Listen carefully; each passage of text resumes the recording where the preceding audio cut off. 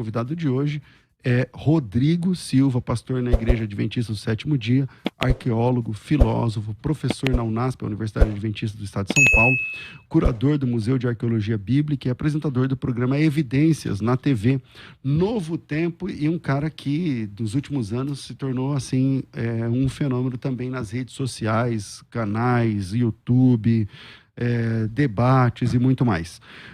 Pastor Rodrigo, bem-vindo ao nosso programa Conversa Entre Amigos. Finalmente chegou o dia.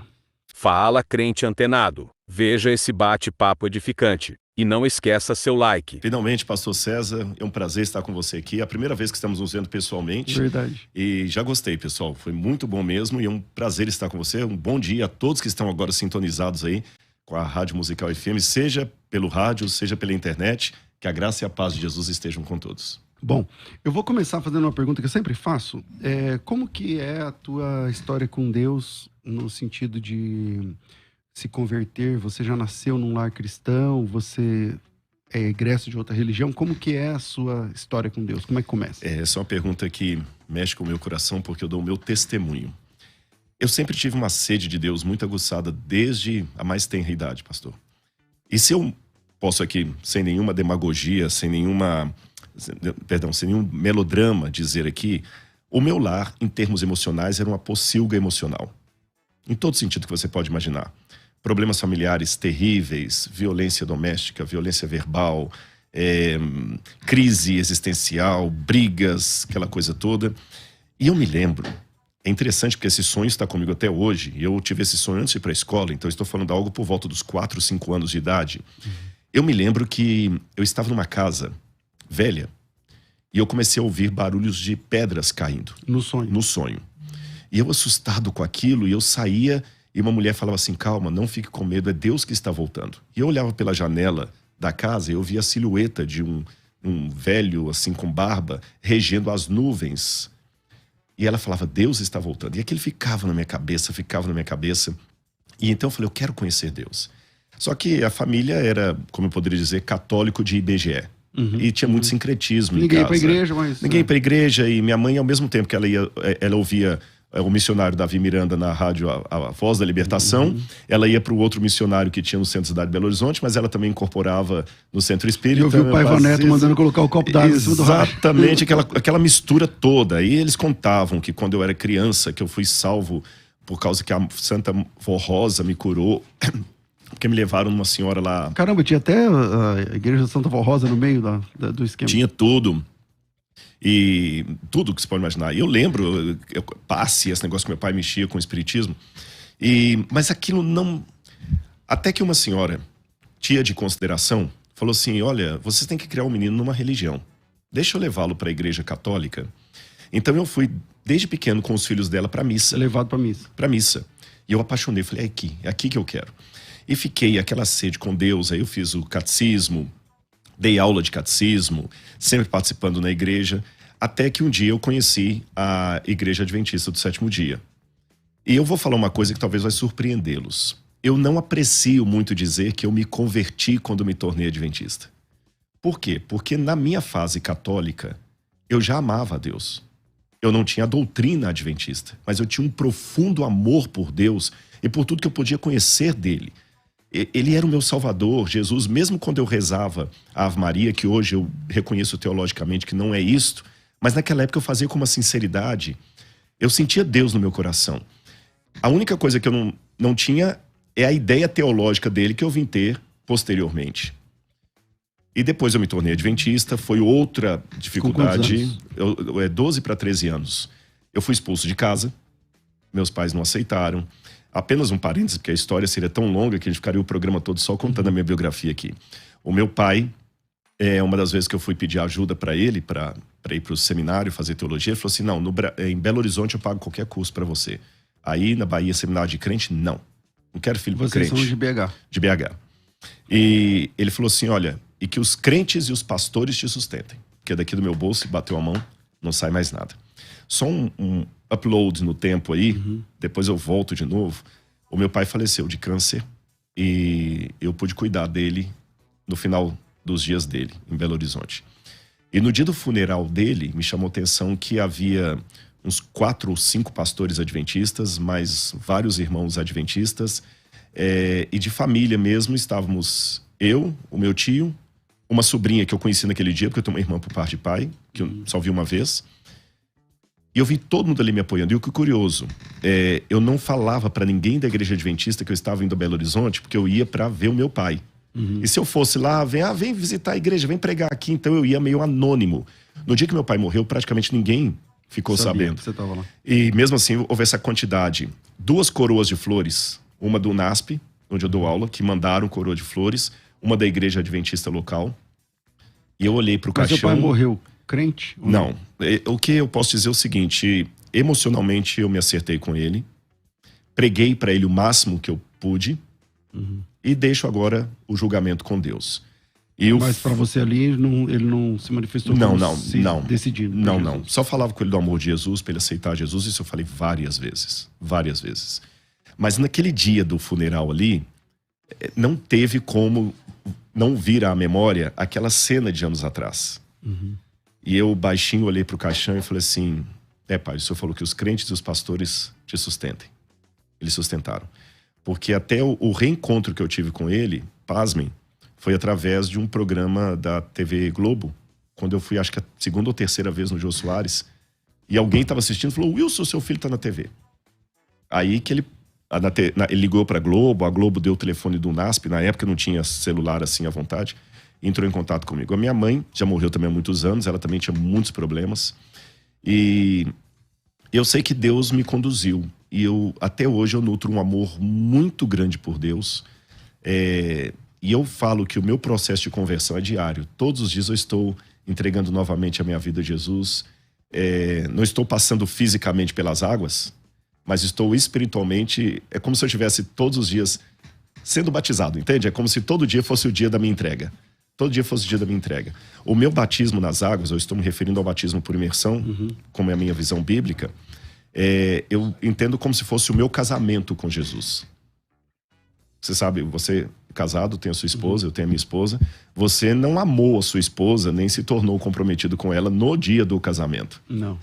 O casamento foi apenas uma materialização, um testemunho externo de algo que já antecipava. Que já estava no coração. Exatamente. Na minha opinião, o batismo também é apenas a materialização, o compromisso, a visibilidade diante dos homens de algo que antecede a data do batismo. Legal. Rodrigo, tem várias perguntas aqui que a produção separou para você, para eu fazer para você. E uma delas é, por que arqueologia, cara? Como é que você foi, quando você foi embora da sua casa para estudar, você não estava pensando em arqueologia, imagino. Não. Você estava pensando em teologia, conhecer a Bíblia e tal, tudo mais. Por que arqueologia? Essa é uma boa pergunta, porque no currículo da Faculdade de Teologia, hoje tem a matéria de arqueologia bíblica. Não, antigamente não tinha. Antigamente não tinha. Então eu não tive isso. A gente ouvia falar de arqueologia bíblica, mas era um negócio tão distante como falar assim, arqueologia do ET. O que a gente tinha para viver aqui era o Randall Price, né? O Randall Price. Não, eu sou antes do Randall Price. A Pedras que Clamam, o livro dele, veio depois. Eu formei em teologia em 1992. Ele nem tinha escrito esse livro ainda, né? Não, eu acho que ele tinha escrito, mas não estava em português. Não, eu acho que mesmo eu tenho inglês em casa, a primeira edição, acho que foi depois disso. Será que é antes de 92? Foi depois de 92. Enfim. Foi depois, eu acho. Mas o que a gente tinha aqui era pouco material mais sobre aquele Merrill, que tinha a arqueologia do Antigo Testamento, da antiga Juerp. Acho que era da Juerp. Tinha o História e Geografia Bíblica que também tangenciava sobre isso. Aliás, um abraço pro Luciano, que deve estar ouvindo a gente. Mas é coisa antigo, né? E mais nada. Na Igreja Adventista tinha uma apostila do Dr. Júlio Schwantz, que era arqueólogo, mas também uma introdução. Mas por que você foi... Aí foi interessante, porque eu fiz a graduação, depois eu fiz o mestrado, o doutorado. Quando eu estava fazendo o doutorado em Novo Testamento, grego do Novo Testamento, no doutorado você sabe que você tem uma área de concentração que a gente chama de Major e Minor. A Major, você é doutor em Novo Testamento em cartas de Paulo. Isso, com especialização nisso aqui e tal, já era. Mas tem uma área menor. Eu também peguei aí literatura joanina. Né? Por exemplo. Aí eu resolvi fazer o Minor Arqueologia Bíblica. Com que objetivo? Eu queria pelo menos uma vez ir a Israel. Pelo menos uma vez. Eu vou juntar o útil com o agradável. Claro. Vou lá, escavei. Quando eu cheguei lá, eu falei... Que ano você foi lá a primeira vez? Foi 1998.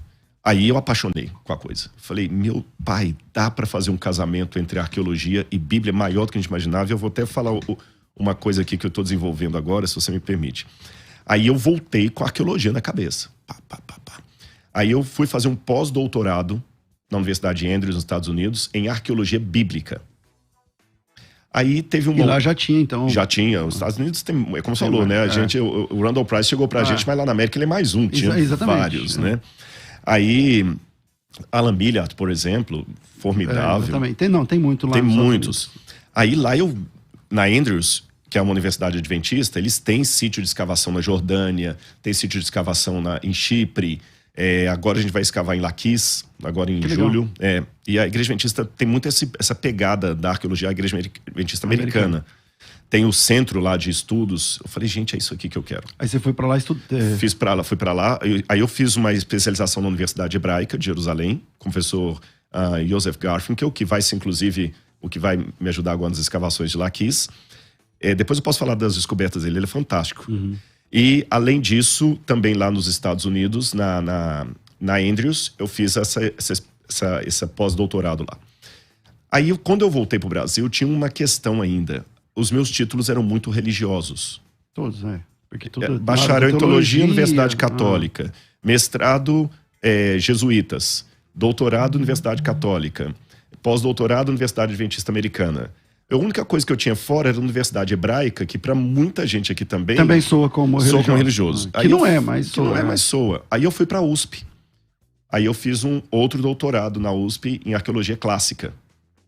Fui muito bem tratado lá, graças a Deus. Terminei meu doutorado na USP, aí enganchei. Aí agora, depois do doutorado da USP, que vem o ponto que eu pedi licença para falar aqui, eu estou desenvolvendo um método de estudo que até eu me inspirei em parte num professor da Trinity lá, agora me fugiu o nome dele, do Trinity University lá de Chicago, de Illinois, Deerfield, na verdade, que eu chamo provisoriamente de teologia físico-contextual. O que é isso? Até aqui, a arqueologia é conhecida apenas como uma ferramenta da apologética para provar a historicidade da Bíblia. Primeiro, eu já tenho alguns senões com essa provar a Bíblia, porque sendo a Bíblia a palavra de Deus, eu não... É uma petulância. Teologicamente falando, exatamente. Deus não precisa que ninguém prove a ele. Ele tem autoridade máxima. Esse é um primeiro ponto. Segundo, que a arqueologia ela tem seus limites. Eu não posso, pela arqueologia, provar que Jesus é o Filho de Deus. Eu não posso, pela arqueologia, provar a Trindade. Foge do escopo dela. O máximo que eu posso, pela arqueologia, é confirmar que algumas histórias que a Bíblia falou aconteceram, porque as outras eu não tenho evidência nenhuma. E a partir dessa confirmação por amostragem, eu falo, poxa, se essas histórias aconteceram, a teologia que se assenta sobre elas também será verdadeira. Porque diferente do Bhagavad Gita, do Alcorão, do livro dos Vedas, não tem nada, a Bíblia é o único livro religioso que fala, para que eu seja certa, a minha história tem que ter acontecido. Isso é verdade. Entendeu? Se o Krishna da Batalha de Arjuna lá do Bhagavad Gita nunca existiu, não muda nada. Não muda nada para eles, mas... Se Buda não existiu, não muda nada, né? Mas se Jesus não morreu sexta-feira, crucificado... Exato. Ainda que ele tenha morrido enforcado, já destrói todo o evangelho. Exatamente. Então essa, para mim, é a minha área de confirmar a historicidade da Bíblia. Tanto é que no Evidências, quando eles escreveram a primeira chamada, assim, está entrando no ar o programa Evidências. Aí no início fala alguma coisa assim, que prova a Bíblia Sagrada. Eu falei, tá errado. Sempre em busca de fatos que comprovam a veracidade histórica da Bíblia Sagrada, não da Bíblia. O papel da arqueologia, assim como todas as outras ciências, é sempre investigativo, né? Exatamente. Então, nunca dogmático. Exatamente, não posso ser. Agora, então isso está resolvido para mim. Eu posso dar inúmeros exemplos aqui. Por que eu creio que a Bíblia é um livro histórico no sentido mais exato da palavra? Aí uma pausa. Então Jesus morreu numa sexta? Porque a Igreja Adventista nem sempre defende que ele morreu na sexta. Não, na Igreja Adventista defende na sexta. Quem defende na quarta-feira é Adventista da Promessa. Da Promessa? É da Promessa. Os Adventistas da Promessa, aliás, um beijo, um abraço aos irmãos Adventistas da Promessa, é um grupo que saiu da igreja... Não, o da Reforma também. Não, da Reforma é sexta-feira. É na sexta. Quem é da quarta-feira é da Promessa. Os Adventistas da Promessa é um grupo de adventistas pentecostais. É uma igreja brasileira. É brasileira, exatamente. Eles falam línguas e eles que falam a questão de Jesus morreu na quarta-feira. Mas até nesse ponto aqui, com um argumento que eu não aceito, com todo respeito aos irmãos adventistas da promessa, viu? É que Jesus tem que ter ressuscitado no sábado. E não faz sentido, não bate, que é o primeiro dia de semana. Não, Jesus morrer na quarta é indefensável. Não é indefensável. E não são só eles. Eu já encontrei alguns grupos americanos que falam da Mas quarta-feira. eu conheço adventista do sétimo dia que defende a quarta. Mas ele tá equivocado. Com todo respeito a esse adventista do sétimo dia, ele tá... Agora, só fechando aqui, Jesus morrendo na sexta, um outro ponto para mim. Aqui que vem a minha segunda contribuição da arqueologia, que eu achei pouco explorada aqui no Brasil. Pastor César, se você pegar a Bíblia, assim, não estou dando números exatos, aproximadamente, eu posso dizer para você que 80% da Bíblia são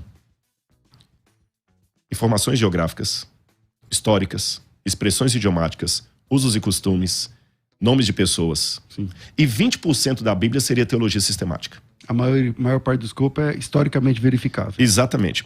Agora, qual que é o problema? Se eu estou trabalhando com 80 e 20, a tendência de muitos púlpitos, seja adventista, pentecostal, assembleiano, presbiteriano, batista, de uma maneira geral, que eu percebo, é ignorar a parte histórica e ficar só com a parte doutrinária, sendo que duas coisas me chamam a atenção. Letra A, se o Espírito Santo colocou que Jesus foi para as bandas de Cesareia de Filipe, o Espírito Santo não colocou aquilo ali para enfeitar.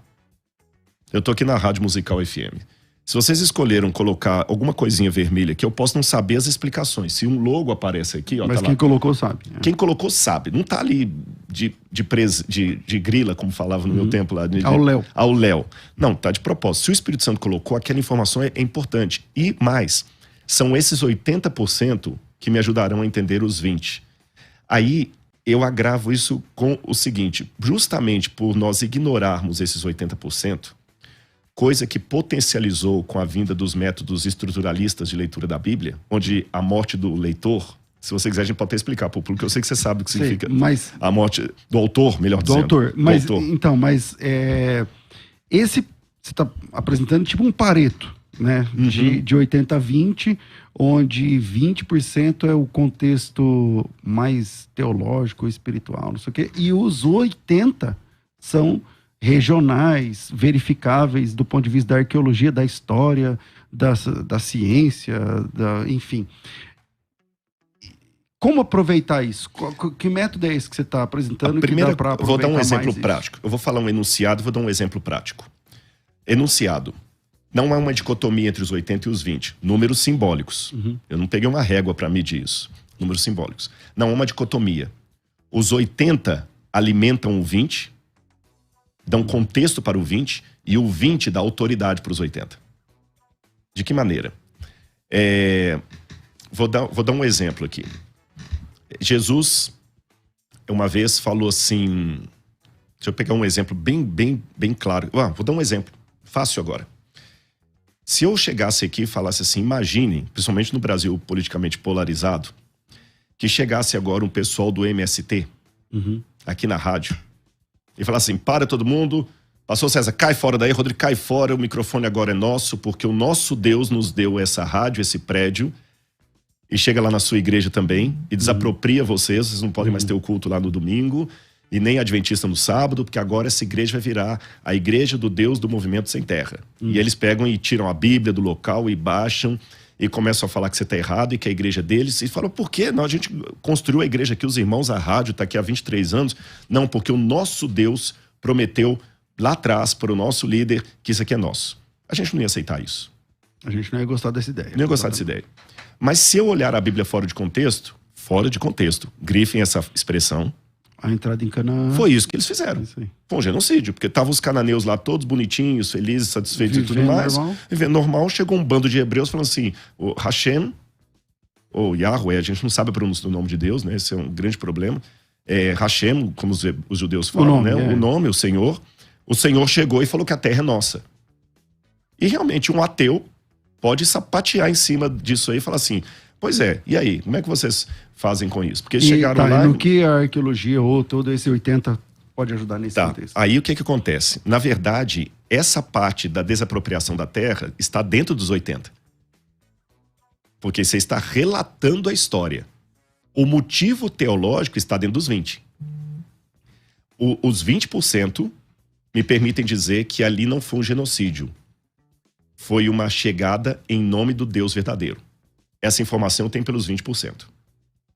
Agora, os 80%, para fazerem sentido, eles têm que ser iluminados pelo contexto da época.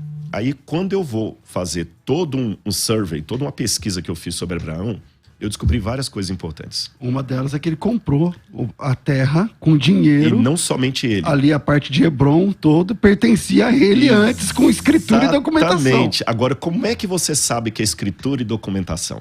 Isso a Bíblia não diz. Eu só vou ter essa informação que era escritura e documentação quando eu for para o contexto do Antigo Oriente Médio. Que eu sei que aqui algumas tratativas que os patriarcas, e não só Abraão, permita-me acrescentar também Isaac e Jacó. Por exemplo, levantar um altar, eu leio aqui de maneira anacrônica, fala assim, é só por causa da fidelidade dele a Deus. Não, os pagãos também levantavam o altar para firmar contratos. Um exemplo, quando Raquel roubou os ídolos de Labão. De acordo com os textos de Nuzi e Eshnuna, diz assim, se eu comprar um lote hoje na sua mão, você vai me dar uma escritura em cartório. Naquele tempo, a escritura tinha que vir acompanhada de um ídolo, um terafim. Mais ou menos desse tamanho assim. Um terafim, um ídolo. E se houvesse uma disputa entre nós pela terra, o juiz perguntaria assim, quem tem os ídolos? Os ídolos estão na mão do Rodrigo, então ele é o dono. Por essa razão, o código de Nuzi falava assim, olha, se você tem os ídolos da terra, guarde-os muito bem, porque se eles caírem em outras mãos... O cara equivale aqui. É como o cartão de crédito seu na mão errada. O cara passou presencial, digitou a senha. Passou. É. Então, cuide do seu ídolo. Quando Raquel vem embora da casa de Labão... Ela traz os ídolos. Ela rouba os ídolos do pai. É. Por quê? Para indenizar Jacó, porque o pai... Ela falou assim, não vai sobrar herança para nós. Então ela queria, quando eles passassem a fronteira, falar, Jacó, vai lá e reclama as terras para você. Quando Labão não achou o ídolo, ele correu atrás dela, desesperado. E o Jacó não sabia. Ele botou uma pedra e falou assim, então vamos fazer um acordo aqui, que vocês não vão passar daqui para lá, nem de lá para cá. Então quando a gente pega essas informações, a gente vê... a Raquel morreu por causa disso. Morreu por causa disso. Mas olhando de maneira anacrônica, eu falo o seguinte, a Raquel roubou os ídolos do pai porque ela era idólatra. Pode até ser que ela fosse idólatra, mas não é isso que o texto está falando. A questão... Tem uma outra questão por trás. Então, quando eu ajunto tudo isso, tem coisas formidáveis. Você está desenvolvendo um método para isso? Um método. Eu estou chamando provisoriamente de teologia físico-contextual. Que é colocar... Não sei se é o melhor nome. Eu também não sei, é provisoriamente. Físico-contextual. Mas não é um nome ainda... Final e também... Físico-contextual, porque eu estou colocando a Bíblia dentro de um contexto, expressões idiomáticas que aparecem na Bíblia. A gente está repleto de expressões idiomáticas que hoje não surgem problema nenhum, mas pode surgir daqui a 2000 anos. Se eu chegar assim, falar aqui para os ouvintes. Pessoal, vocês estão me ouvindo aqui? Desculpe, mas hoje eu estou morto de cansado. Tudo bem. Todo mundo vai entender, mas... Daqui a 2000 anos, vai ter uma rádio... falando que... Fala assim, escuta, mas o Rodrigo Silva... Aquele dia ele estava morto. Morto, como é que o morto se cansa? Aí um vai dar uma interpretação, vai dar outra. E às vezes a expressão idiomática é entendida pela época. Então, colocar a Bíblia dentro do seu contexto, tomando cuidado de... Notinha de rodapé é importante. Quando eu falo colocar a Bíblia no seu contexto, eu não quero cair na teologia liberal, que a Bíblia é apenas um fruto de um contexto. Ela é... Palavra de Deus atual, dialogando com o contexto. Mas não fruto do contexto. No meio adventista, que você faz parte, como você lida com as pessoas que são contra o seu trabalho? Parece que tem grupos que... Tem. De adventistas que não gostam, né, desse tipo de trabalho, então são mais... vanguardistas no sentido até comportamental, defendem que a igreja aceite homossexuais e tal. Então tem movimentos adventistas que são diferentes. Como eles lidam com você e como você lida com eles? Bom, vamos colocar em partes assim. Hoje qualquer agremiação religiosa, seja ela adventista, batista, presbiteriana, existe uma pluralidade ali dentro. Você vai encontrar, por exemplo, pasmem, alguém na Assembleia de Deus que é calvinista, não é arminiano. Ele tá lá, é cooperador, mas ele é calvinista. Mas ele não aceita Vai o ter. cessacionista. Você vai ter presbiteriano que é continuista, que aceita os dons do Espírito. Tá lá na igreja presbiteriana. Então isso tem também na Adventista. Tem pessoas com pensamento diferente. Por exemplo, de Ellen White. Eu não vou surpreender... Você é assim? Por Continuista, você fala, não? Não. Você é um adventista que não aceita algumas coisas? Porque tem algumas coisas, tanto no adventismo, quanto... Vou ter aqui todo cuidado, tá? Não, por favor. Quanto na questão da Ellen White, que Boa. são, do ponto de vista técnico, científico, são complexos, né? Por exemplo, ela fala que a pessoa que toma café, ela perde... Como é que eu vou dizer? Eu não vou lembrar exatamente o termo que ela usa lá nos questões sobre... Não, Conselho sobre Regime Alimentar. Conselho sobre Regime Alimentar. Mas ali ela fala que a pessoa que toma café, ela é menos inteligente, vamos assim dizer. Ou coisa parecida. Ou a pessoa que tem uma prática de masturbação, ela tem problema no cérebro. O cérebro dela vai se degenerando. Então, algumas questões que a Ellen White fala... Complexas, né? Mas que do ponto de vista da ciência não funciona, né? Exatamente. Eu Então você é signatário de tudo que a Ellen White diz? Boa pergunta. Eu vou responder primeiro dando um testemunho, se você me permite.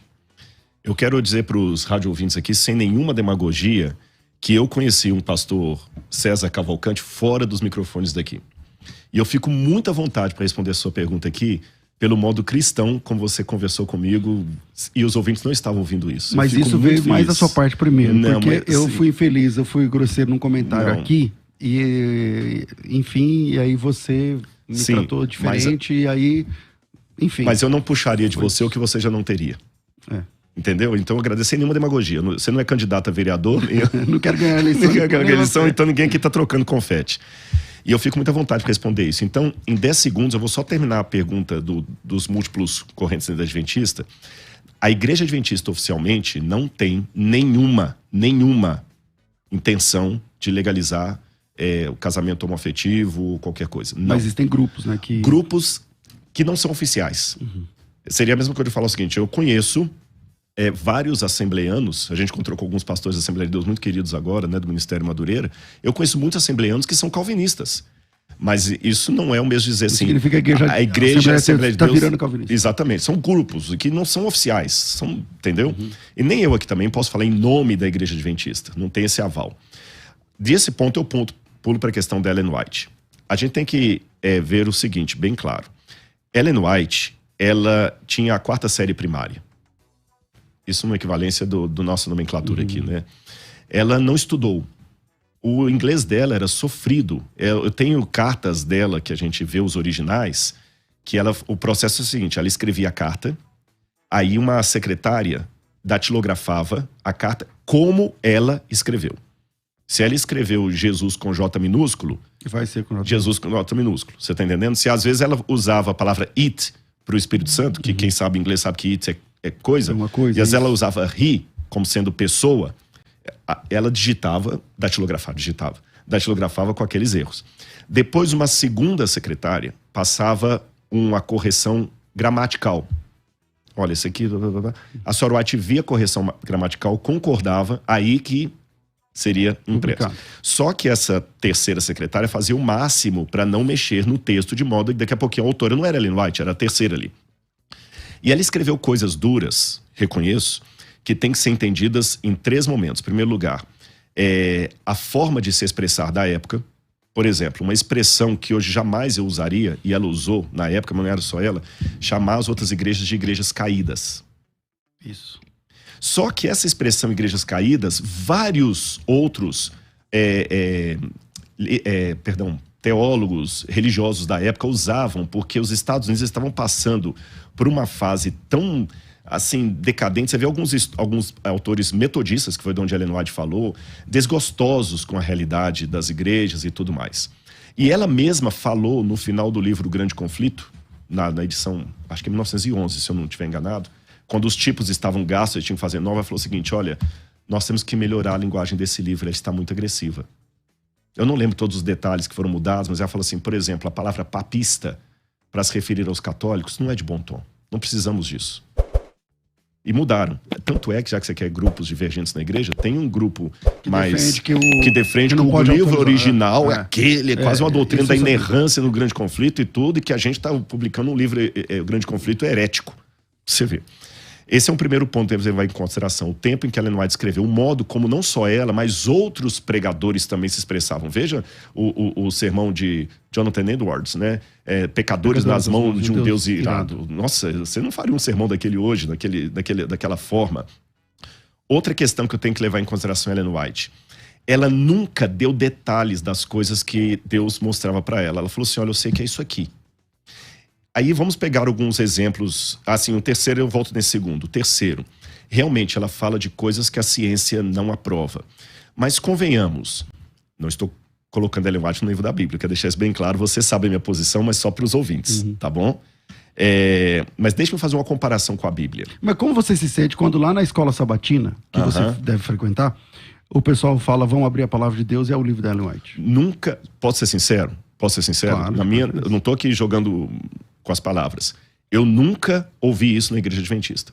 Eu me batizei no dia 25 assim, relativamente comum, assim, convenhamos, você também não frequenta a igreja adventista, para falar, é relativamente comum. Não. Né? Exatamente, você pode ter ouvido uma expressão, alguém, mas para falar é relativamente comum, você tem que estar frequentando ali, ouvindo isso direto e reto. Mas aí quando ela cita coisas que não bate, como você se comporta? Mas deixa eu só fechar essa questão da ciência. Se eu usar como critério a ciência não endossa, eu vou ter um problema. Por isso que eu falei que eu queria usar com calma aqui, para não parecer que eu estou equiparando a Ellen White à Bíblia. Se eu usar o critério a ciência não endossa, eu vou ter um problema não só com a Ellen White, mas com a própria Bíblia. Por quê? Hoje, pastor César, eu vou ser sincero que eu oro muito a Deus para me dar resiliência e força espiritual. Eu peço 3 coisas a Deus sem nenhuma demagogia. Eu peço unção do Espírito, humildade, porque vamos ser sinceros, não é fácil ser conhecido por todo lado e não ser tentado pela vozinha da vaidade. Você é o cara. Verdade, você tá entendendo? Eu posso até me envaidecer, mas aí eu vou perder a minha unção em 2 segundos, ou menos. Então peço a Deus unção do Espírito, humildade e saúde física e emocional para lidar com os ataques. Por quê? No meio evangélico, não de todos, eu ganho paulada porque eu sou seita. Dos ateus, eu ganho paulada que eu não sou acadêmico porque eu acredito na Bíblia Sagrada. Dos adventistas também você leva. Não dos adventistas em geral, tô falando desses grupos, exatamente, esses grupos que são mais ligados a uma certa corrente política. Mais paulada. Paulada também, porque eu sou homofóbico, sou não sei o quê. Então quer dizer, eu apanho de todo mundo. Então para muitos acadêmicos eu não sou um acadêmico honesto porque eu acredito na Bíblia. Para muitos irmãos eu não sou um teólogo honesto porque eu sou adventista. Para alguns adventistas eu não sou um cara honesto porque eu sou homofóbico. Então quer dizer, a gente apanha por todos os lados. E nesse aspecto que eu aprendi. Mas eu não tô aqui te batendo. Não é você, não. Eu tô falando assim. Mas claro, eu tô só dizendo a minha experiência. E nesse caso como você se comporta quando você vê que o que a Ellen White tá falando exatamente, essa é a resposta que eu ia dar. Você é signatário de tudo que ela fala? Vou colocar. Seria eu, por isso que eu tô com medo de comparecer com a Bíblia. Será que eu seria signatário de tudo que a Bíblia fala? Se você, à tarde eu vou ter um bate-papo com um ateu, Sérgio Sacani, no Flow, hoje à tarde. E ele vai fazer uma pergunta análoga para mim. Você é signatário de tudo que a Bíblia fala? Porque, convenhamos, vamos pegar o raciocínio. Ellen White fala que o café produz certas coisas e a medicina diz outra coisa. Vamos ser realistas. O Evangelho de Mateus fala que uma virgem deu à luz a uma criança sem ter tido relação sexual com ninguém. Acha para mim um estudo de ginecologia que confirme isso. A Bíblia vai falar que Jesus foi ao céu de carne e osso, eu creio assim, porque ele ressuscitou com o corpo glorificado, mas era um corpo ainda tátil, né? Que ele, como é que eu confirmo isso, milagre, à luz da ciência? A ciência também vai falar ridículo. Como é que você pode continuar sendo um acadêmico com doutorado da USP fala, por exemplo, do e acreditar na café, verdade? Da masturbação, você abandona a ciência e fica com o que ela está falando. Na verdade, eu digo o seguinte. Primeiro critério não é abandonar a ciência e ficar com o que ela está falando. Primeiro critério é o seguinte. Ela foi alguém que teve o dom de profecia ou não teve? Essa é a primeira pergunta que eu tenho que fazer. Tá certo? Ela teve o dom de profecia? Se ela teve o dom de profecia, ela falou que Deus mostrou aquilo para ela, então, calma. Vamos ver o que a ciência vai dizer, mas vamos ver com calma o que ela está falando. Mesmo porque, eu vou lhe dizer duas coisas em relação à ciência. Letra A.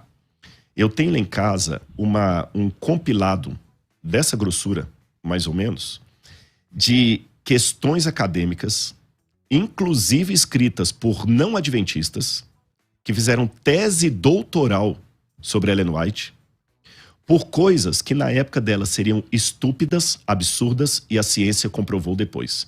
Inclusive a questão do café que você mencionou aí, nós sabemos não só o café, o tanto de malefícios que a cafeína faz. Refrigerantes à base de cafeína. Tem um monte, olha, eu posso puxar aqui um calhamaço de artigos acadêmicos, científicos, que falam do mal da cafeína.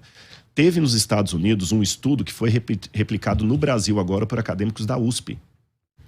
O estudo dos Estados Unidos foi feito pelo Dr. Schaufenberg, junto com outros. Eles queriam pesquisar a média de vida de um grupo específico com o resto da população americana. E eles procuraram a Universidade de Loma Linda, perguntando se os adventistas aceitariam se submeter àquele estudo. Como a Loma Linda tem uma das maiores faculdades de medicina dos Estados Unidos, eles falaram, tudo bem, os nossos acadêmicos podem participar do estudo? Claro. Os Dr. Schaufenberg foram com eles lá, e já tem uns 20 e poucos anos, esse estudo. E eles fizeram uma tomada. Pelos escritos de Ellen White, o que os adventistas seguiam em comparação com a média dos outros californianos. Fizeram para mostrar de tudo direitinho. O estudo mostrou que os adventistas do sétimo dia, que seguiam a reforma de saúde prescrita nos livros de Ellen White, tinham expectativa de vida entre 8 e 10 anos a mais.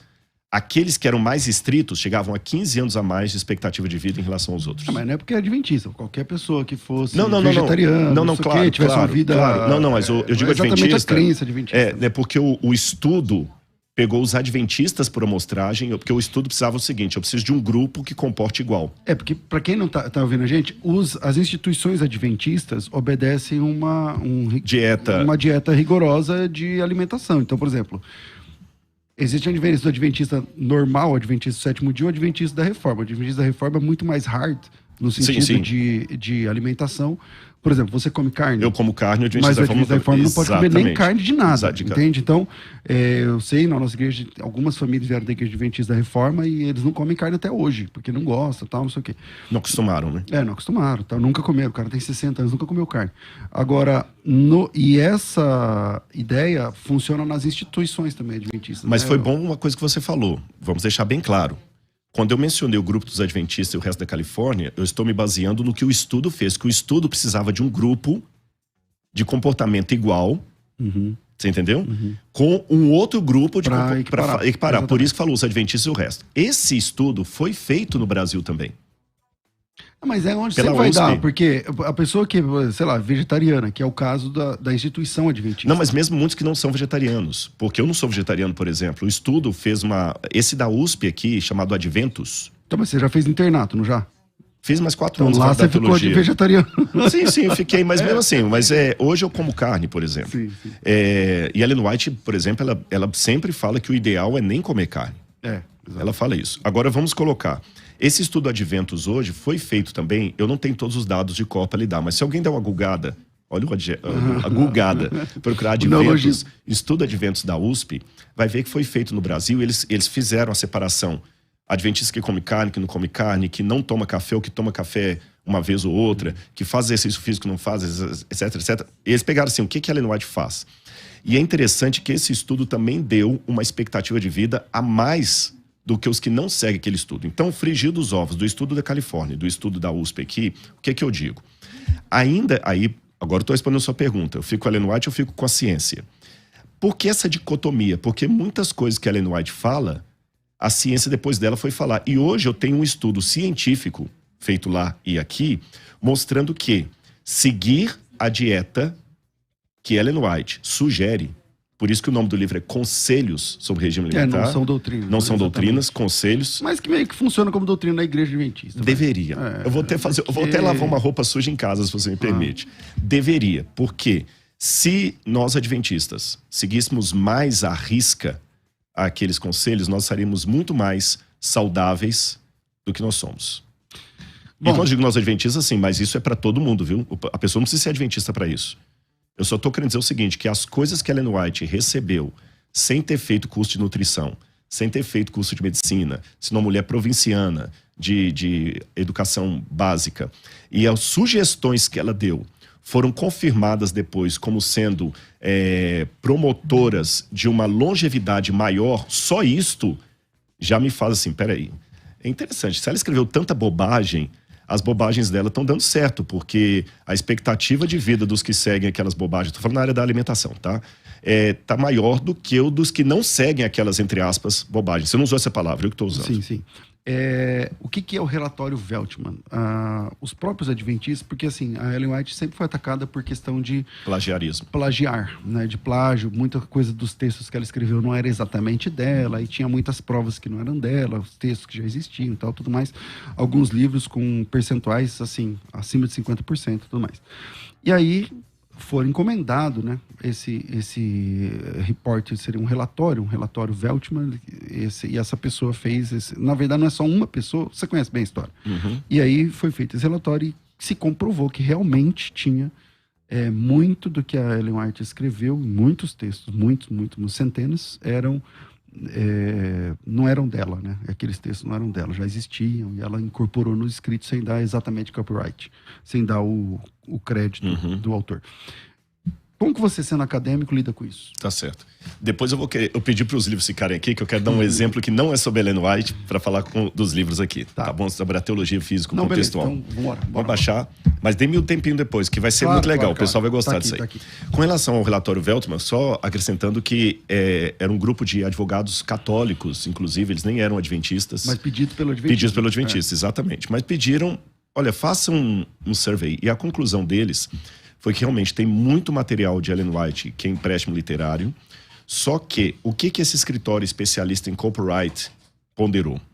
Isso não pode ser considerado plágio pela seguinte razão. Na época de Ellen White, para trás, não havia essa questão de uso de nota de rodapé, essas questões todas. De empréstimo literário. A pessoa podia citar. Era muito normal o empréstimo literário. Várias pessoas fizeram isso. Por exemplo, você tem até alguns clássicos a pegar. Por exemplo, vou dar alguns autores. Se você pegar o Adam Clarke, o comentário de Adam Clarke, que até na internet tem disponível, só que em inglês. Adam Clarke e Matthew Henry. Você tem comentários. Se você comparar os dois... comentário bíblico que o mesmo comentário. Tá num e tá no outro. Mas quem que é o autor? É o Matthew Henry ou Adam Clarke? É porque era comum as pessoas, mesmo acadêmicos, pegarem coisas uns dos outros. E mesmo nos tempos da Bíblia Sagrada, por exemplo, a gente pega o Código de Hammurabi, ele é anterior às leis de Moisés. E Moisés falou olho por olho, dente por dente. Isso está no Código de Hammurabi. O Código de Hammurabi é século XVIII. Eu coloco Moisés, não sei qual a sua cronologia, pastor, eu coloco Moisés no 15º século a.C.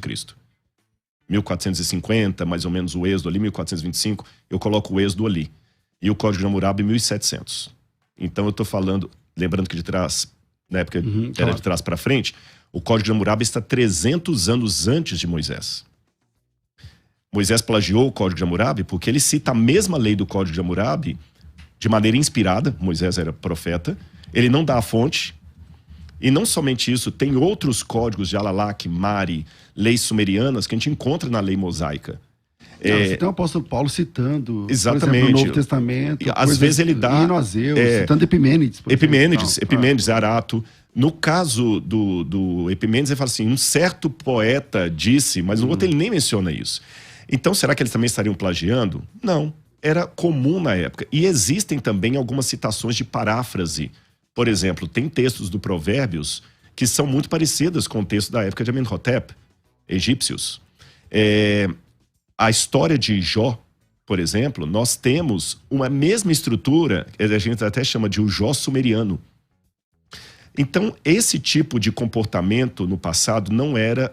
Hoje é lógico, se eu pegar um livro aqui da FTB e pegar um capítulo inteiro e jogar sem... Até mesmo eu citando a FTP, se for um texto... Depende. Se for eu posso citar aqui um parágrafo, uma linha, mas se for mais de... Eu não lembro mais se 2 parágrafos. Tem regras. Tem regras. Vamos supor que sejam 2 parágrafos. Se eu citar mais de 2 parágrafos, eu tenho que pedir autorização ao FTP, e se vocês não derem, eu não posso usar. Um poema, por exemplo. A menos que tenha caído em domínio público, porque o autor já liberado, morreu. tal. Então, Ellen White está dentro desse critério. E só para fechar aqui a resposta, a prova maior que ela não agiu de má fé é que os livros que ela cita, por exemplo, William Hanna, Daubigné, ela recomenda a leitura desses livros. Como você... agora, saindo dessa história de Ellen White, você tocou num pontos aí, né? Escrituras muito parecidas, tal, com texto bíblico, às vezes mais antigos e tudo mais. Como que você lida com a questão do épico de Gilgamesh? Boa pergunta. Para eu responder essa pergunta, eu tenho que primeiro me situar teologicamente para os ouvintes. Muita coisa que eu falo, gente, tudo, o pastor César sabe, mas eu estou preocupado com o ouvinte que talvez não tenha formação teológica. Né? O épico de Gilgamesh é tabuinhas de argila que foram encontradas, que fala do dilúvio e tudo mais. É uma história muito parecida com Noé, porque tem uma arca sendo construída, tem um cara que tem 3 filhos. Exatamente. Enfim. O que acontece? Se o Napshitim, que é outro, né? Atrahasis também. Se a história de Adão, Eva e o dilúvio forem reais, olha o se. Eu acredito que foram. Eu estou colocando o se só para construir o raciocínio. Todas as civilizações saíram de Adão e Eva e, no segundo momento, de um dos 3 filhos de Noé. Todo mundo é descendente de Noé. Todos, sem exceção. A menos que você adote a ideia que o dilúvio foi... nós somos descendentes de Adão a partir de Noé. A partir de Noé, exatamente. Porque eu acredito no dilúvio universal. Eu também. Mas eu sei que alguns acham que é local, então todos somos descendentes de Noé. Se somos descendentes de Noé e a escrita foi inventada pouco tempo depois do dilúvio, aqueles eventos dramáticos têm que aparecer no relato. Graças a Deus eu saí do hotel, vim pra cá bem, com minha esposa, tá tudo tranquilo. Só que hoje de manhã, na hora que eu saí, vamos supor que a minha escova de dente caiu no chão. Isso não é um evento dramático. Eu não vou chegar aqui, poxa gente, olha, hoje eu tava escovando o dente. Agora, se na hora que eu tava entrando na rádio aqui, eu fui assaltado com a Laura, eu ia chegar aqui tremendo. Você fala assim, olha gente, teve uma coisa muito desagradável, o Rodrigo foi assaltado aqui. Você contaria e a gente pediria até oração, porque foi um evento dramático. O dilúvio foi um evento dramático. A saída do Éden foi um evento dramático. Então é impossível, do ponto de vista psicológico, que esses eventos não compareçam nos primeiros registros da humanidade. Entendi. Um bate-bola aqui. The Garden Tomb, o Jardim do Túmulo, o local que os evangélicos visitam, ou o Santo Sepulcro? Eu, quando vou a Jerusalém, eu explico que o Calvário tem 33% de chance de ser no Jardim da Tumba, 33% de chance de ser na Santa Helena, lá no Santo Sepulcro, ou 33% de ser no terceiro lugar. O problema do Jardim do Túmulo, quem já foi a Jerusalém vai entender isso aí, é que aquele túmulo não é da época de Jesus. Ponto. Ele é do Antigo Testamento, ele já estava em uso na época de Jesus. O Evangelho fala que ele foi colocado num túmulo novo. A Igreja do Santo Sepulcro tem algumas evidências ali, interessantes, mas pode ter, seja num terceiro lugar que ninguém saiba. Eu presumo, por exemplo, o Palácio de Herodes estaria onde hoje é a Porta de Jafa. Ali que eu acho que Jesus foi julgado, e não no Etiomo, como a Via Dolorosa mostra. Não tem por que Jesus ser julgado lá na Fortaleza Helena. Antônia. Não tem porquê. Ele foi julgado ali no Palácio de Herodes, que fica hoje colado na Porta de Jafa. E eu vejo grupos... É porque o muro não é o mesmo, né? Não é o mesmo. E eu vejo grupos passando ali pela Porta de Jafa e muita gente pergunta, pois é, você vai fazer comprinha aqui, comprinha ali, sem saber que ali do lado tem um X. Quando eu falo X, pastor, é o seguinte, quando eu vou com grupos para Israel, eu falo de tradição, é uma maneira educada de dizer que é mentira. Quando eu falo possibilidade, é como eu falo assim, ó, Jesus esteve aqui na rádio musical. Não sei se foi nesse andar, e X é que arqueologicamente é aqui. Ali foi o lugar do Palácio de Herodes e mais provável julgamento de Jesus. Fica sem sentido Jesus ser condenado ali e ser crucificado lá do outro lado. O Calvário pode ter sido em algum lugar. Agora, para fechar essa resposta, eu presumo que o Novo Testamento não se preocupou em precisar o local nem do túmulo de Jesus, justamente para evitar o que acontece hoje com Maomé. Exato. Ou por que Deus não deixou que ninguém soubesse onde é que Moisés foi sepultado? Para não haver idolatria, por exemplo. Vamos lá. Você queria dar um exemplo? Eu queria dar um exemplo aqui, porque eu falei muito rápido, eu falei com o pastor César, eu não estou me autoconvidando para voltar não, mas é que o papo estava tão gostoso que eu já sei que a gente não vai ter tempo para muita coisa mais. E eu queria dar um exemplo concreto da teologia físico-contextual, esse nome horroroso, que eu estou ainda procurando um novo. Estamos abertos, ouvintes. Precisa de um novo, porque físico... Está muito... Físico no sentido da descrição física da Terra. Então, geografia. Mas tudo bem. Pastor, você me ajuda a colocar em pé os livros, igual você colocou aquela vez ali, mostrando... Os níveis. Os níveis. Que eles possam ver as 3 capas. Aqui, isso. Pronto. Só sobe um pouquinho, que a tarja está bem na frente aqui. O Rafa vai baixar. Isso, obrigado, aí, Rafa. Isso. Rapidamente aqui. Uma forma anacrônica de ler o Gênesis, sem esse contexto histórico que eu estou querendo trazer, quando eu falo histórico assim, cultural e tudo mais, é que parece que Eva foi inferior a Adão desde o início. Que Deus já criou num relato misógino. Uma vez, até numa igreja, um irmão falou assim, a mulher é inferior ao homem porque ela foi criada depois do homem. Eu falei, então o homem é inferior aos animais porque ele foi criado depois dos animais. E não é assim, não é bem assim. Apresenta. Só que por que Eva vem depois de Adão? Não é uma questão de inferioridade, é um crescendo da literatura do Gênesis que faz sentido com o entorno do qual Moisés estava escrevendo. Por que tem 2 relatos da criação? Não é hipótese documentária, é porque os egípcios contavam tudo aos pares. Sempre aos pares. E Moisés, como foi educado no Egito, ele contava aos pares. Eu não vou poder tecer todos os detalhes aqui.